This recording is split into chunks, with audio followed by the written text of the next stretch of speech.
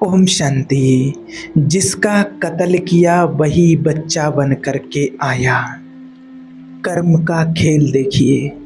देखिए, आप किसी के लिए भला करना चाहते हो और आपको भलाई कितनी नुकसान कर जाती है, कितना आपको मार देती है, आपकी रूह कांप जाएगी। आपकी रूह कांपा देगी जो आज का ये वीडियो है। ऐसी घटना की जो आप सोच नहीं सकते और सोच सोच करके और आपको ये बताने पर रोंगटे खड़े हो रहे हैं। ये चीज़ सोच से भी परे है। देखिए कि माताजी थी, उन्होंने अपने जीवन की घटना बताई। वो करीब 70 साल की एज थी उनकी और उनका कॉल आया। उन्होंने जब एक वीडियो देखा होगा तो माना ये कर्मों के ऊपर कि कर्म कैसे आता है, अपना हिसाब लेने के लिए मैंने कुछ समय पहले एक वीडियो डाला था, तो वो उन्होंने देखा होगा और वो देख करके उन्होंने फिर कॉल किया। उन्होंने अपने जीवन की घटना बताई और उन्होंने ये भी कहा कि ये चीज़ आप औरों को भी बताएं, शेयर करें, जिससे और लोगों को भी से प्रेरणा मिली। उन्होंने बताया कि उनसे पूछा आप क्या करते हैं, क्यों, क्या दिक्कत है आपको? तो उन्होंने बताया कि मैं तो एक हाउस वाइफ हूँ और हस्बैंड जो है मेरे वो बिजनेस करते हैं। और फिर उन्होंने बताया कि मेरे बेटे का 7-8 साल पहले उसकी डेथ हो गई थी। और वो पूछा कि डेथ कैसे हुई, तो बोले कि एक्सीडेंट हो गया था। अच्छा, फिर पूछा कि क्या हुआ, डेथ हो गई, एक्सीडेंट हो गया था। और पूछा कि वो शादी हो गई थी उनकी, बोले हाँ शादी हो गई थी मेरे बच्चे की। तो फिर क्या दिक्कत है? फिर वो कहता है कि क्या दिक्कत आ रही है अभी लाइफ में, कि वो जब से गया है तब से ही सपने में आ रहा है बस। और जैसे ही मैं सोती हूँ और हस्बैंड को ये बात बताई तो हस्बैंड बोलते हैं कि अरे तू माँ है तो ऐसे करती रहती है, सोचती रहती है, तो कुछ ना कुछ आता रहता है। और वो कभी छोटा बच्चा बन करके आता है, कभी कुछ कभी कुछ बन जाता है। और जैसे कि कुछ कह रहा है, कुछ कहना चाहता है, लेकिन मेरी समझ से परे है। तो फिर उनसे पूछा कि माना पूरी बात क्या है, आप उसको थोड़ा डिटेल से बताइए। तो उन्होंने बताया कि जब बच्चा था, छोटा था, बढ़िया पढ़ लिख गया, बड़ा हो गया, अच्छी जॉब उसकी लग गई है। और उसने कहा कि मैं जॉब करूंगा, पापा से कहा, फिर बाद में मैं बिजनेस करूंगा। उन्होंने कहा ठीक है। जब शादी का टाइम हुआ तो रिलेटिव जो होते ही हैं, आप सभी को पता है कि उसने बताया कि जिनकी कोई लड़कियां होती हैं, और वो सब कोई कहता है कि जिसकी लड़कियां हैं, जिसके लड़के बड़े हों, तो आपस में रियलिटी में जो रिलेटिव होते हैं तो हम इसको जानते हैं, उसको जानते हैं, ये होता है, शादी कर देते हैं। तो कहती हैं, उन्होंने बताया कि एक रिलेटिव थे, उन्होंने लड़की ढूंढी। पहले उस लड़के से पूछा तो उसने कहा कि नहीं, मेरे ऐसी नज़र में कोई नहीं है, जो आप देख लो अच्छा होगा और हम कर लेंगे शादी। तो उन्होंने कहा ठीक है। अब उसने कहा कि मेरे मायके साइड के जो लोग थे उनसे कहा कि आप देख लो अगर कोई लड़की हो। उनने कहा ठीक ठाक है, एक लड़की है, बढ़िया पढ़ी लिखी है, तो हम नौकरी वाली तो चाहिए नहीं थी, तो शादी हो गई।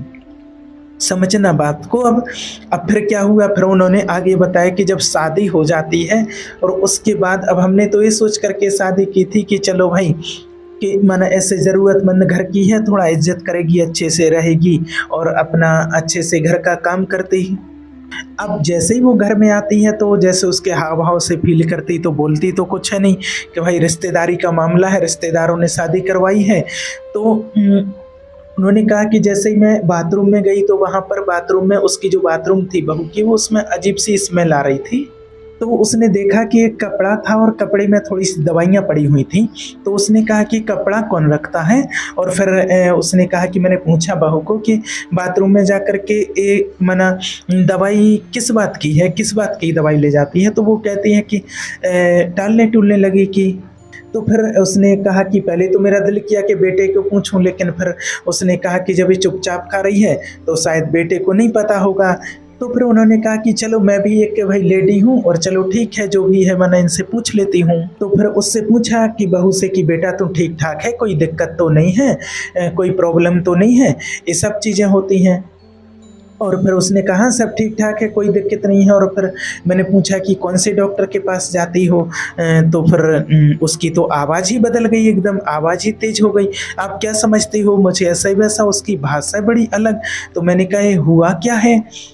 फिर उसने बताया कि जब बेटे के आने का टाइम हुआ ऑफिस से तो बेटा आ गया और माना उसके पति भी आ गए, माना ससुर भी आ गए, बहू के बाप का पिता भी वो भी आ गए। तो फिर वो घर का माहौल ही बदल गया, ऐसा माहौल बना दिया है उस बहू ने। और पता नहीं बेटे की जा कर के क्या कान भरे उसने कि मम्मी ने ये किया है और मम्मी ने ऐसा बोला है। और फिर वो बेटा माँ के पास आया, बोला कि माँ आप तो ऐसे ही बोलती रहती हो, तो फिर आप ऐसे ही तलाशी लेते रहते हो। तो उसने कहा कि बेटा हुआ क्या, मैंने तलाशी तो किसी की नहीं ली, और बस बाथरूम में गई तो बस वहाँ कुछ देखा तो उसको बताया, और फिर दोबारा जब देखी तो वो कहती वहाँ से दवाइयाँ हटा ली उसने। अब जो पड़ी हुई थी दवाइयाँ तो मैंने सोचा बेटे को दिखा दूंगी, लेकिन वहाँ पर कुछ नहीं मिला। अब मैंने बेटे को दिखाने लगी कि चलो, तो वहाँ देखा तो कुछ नहीं, तो वह झूठी पड़ गई। तो अब फिर अगले दिन से तो उसके तेवर ही बदल गए, कोई बात बोलूँगी तो बिल्कुल बिल्कुल पीछे से पड़ गई ऐसे कि अब उसने सोचा ये तो बड़ी बुरी लड़की है, क्या करती है क्या नहीं, अब करें तो क्या करें। अब उसने कहा भगवान कुछ तो दिखाना, क्या करूं, मुझसे इसने झूठा साबित कर दिया। तो फिर एक दिन कुछ चीज़ हाथ लग गई, तो जब दवाइयाँ हाथ लग गई तो फिर पूछा कि बेटे को दिखाया कि देख बेटा ये है दवाई, पूछ इसको किस चीज़ की दवाई खाती है।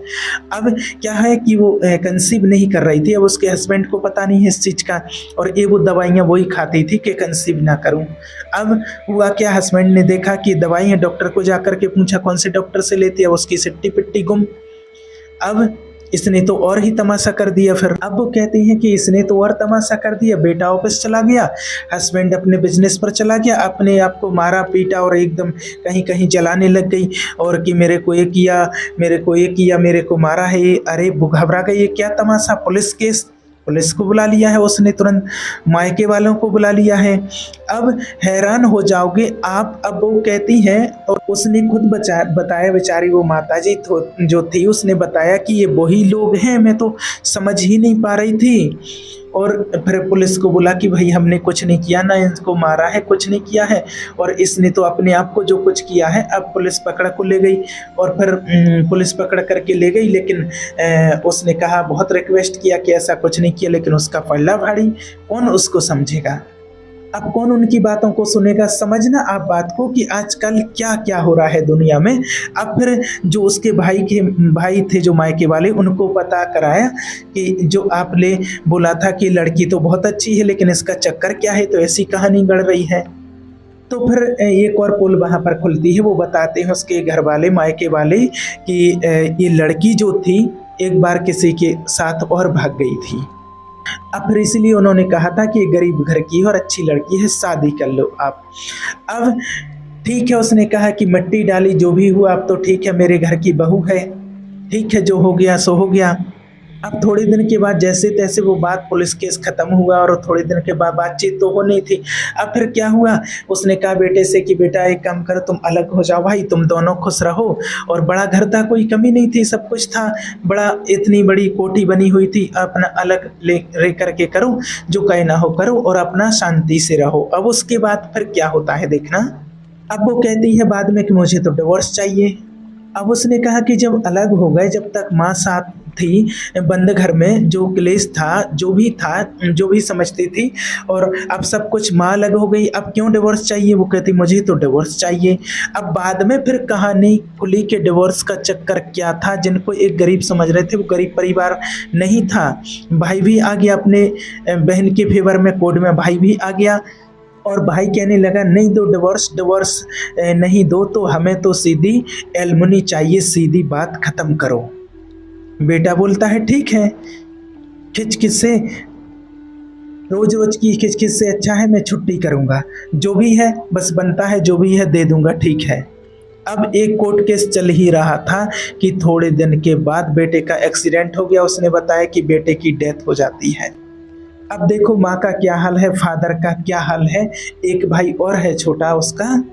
अब क्या किया जाए, उसका तो पहला भारी था उसकी, अब उसने समझे डेथ हो गई, बस पुलिस केस चल रहा था, और बस वो ये समझ रही थी अब क्या होगा, बस उसका तो केस हो गया है। अब क्या हुआ था कि देखो उसको तो साइड में कर दिया था, ले दे के निपट लिया था उससे, जो भी हुआ था खत्म हो गई बात। अब आप समझ सकते हैं कि जिस माँ-बाप का जवान बेटा गया हो, उसके दिल उनको अपने दिल पर पत्थर रखना पड़ता है। ये आप समझ सकते हो इस बात को। और वो बेचारी माताजी एकदम रोए जा रही थी, रोए जा रही थी, रोए जा रही थी।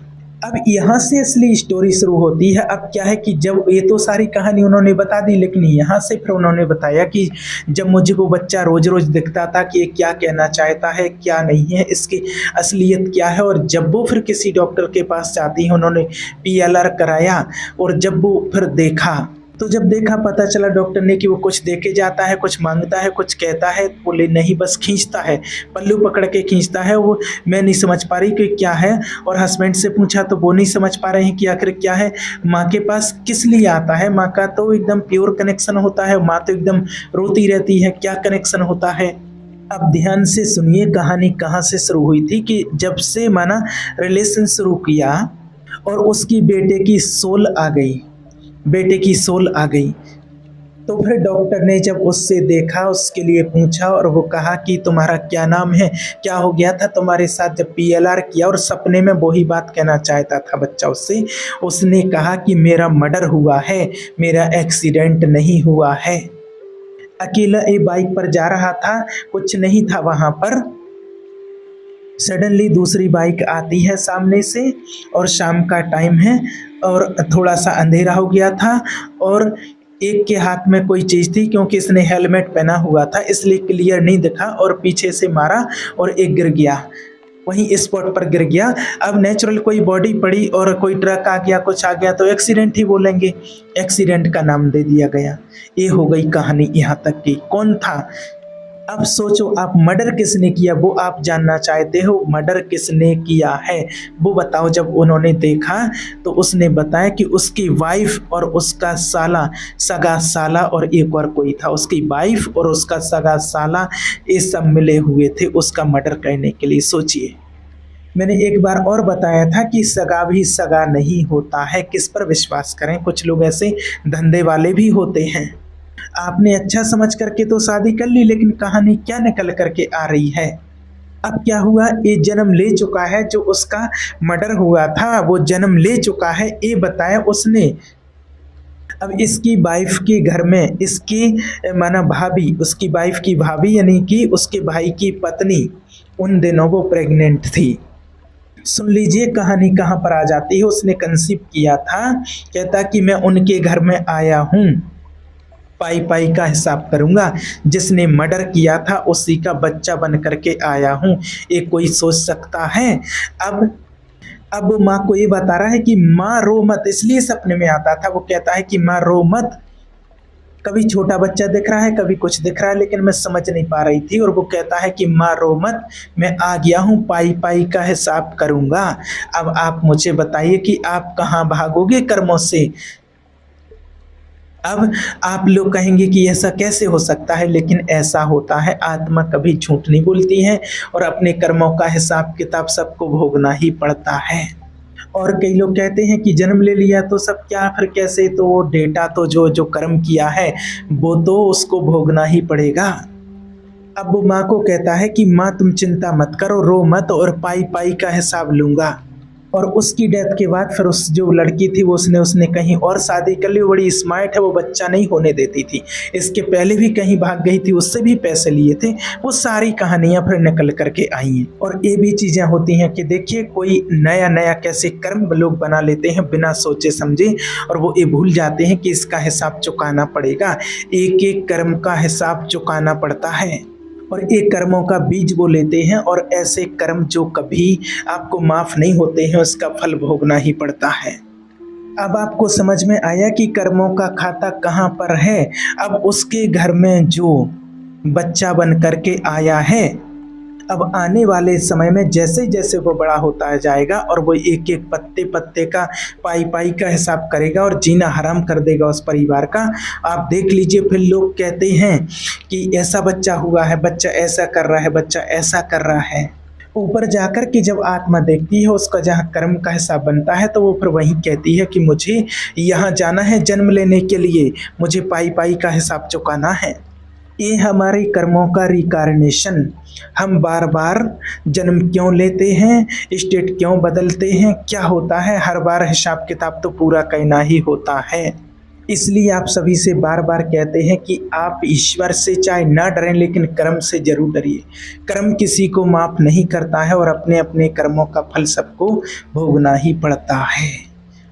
इसलिए कर्म बहुत सोच समझ करके कीजिए। ओम शांति।